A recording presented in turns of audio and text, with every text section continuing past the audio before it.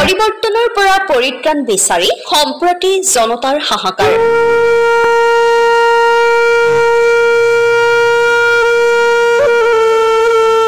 পৰিৱৰ্তনে দিলে কি?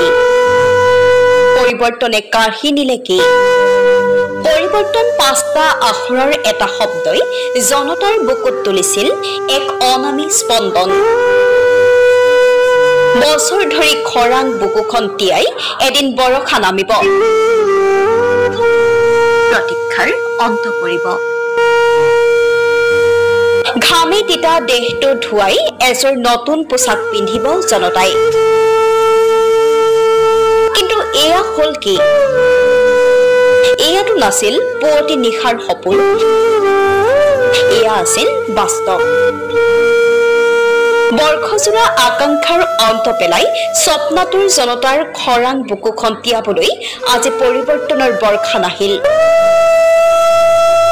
অনাকাংক্ষিত অকল্পনীয়ভাৱে নামি অহা বজ্ৰপাতৰ স্পৰ্শত নিথৰ হৈ গল আজি মেহনতি জনতাৰ ঘামে তিতা দেহ। সেয়েহে পৰিৱৰ্তনৰ পৰা পৰিত্ৰাণ বিচাৰি সম্প্ৰতি জনতাই কৰিছে হাহাকাৰ। চিঞৰি চিঞৰি ৰাজপথ কপাই জনতাই আজি কৈছে, এয়া আমাৰ আকাংক্ষিত পৰিৱৰ্তন নাছিল।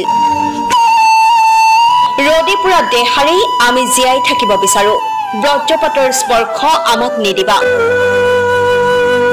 আমাৰ অতীত আমাক ঘূৰাই দিয়া।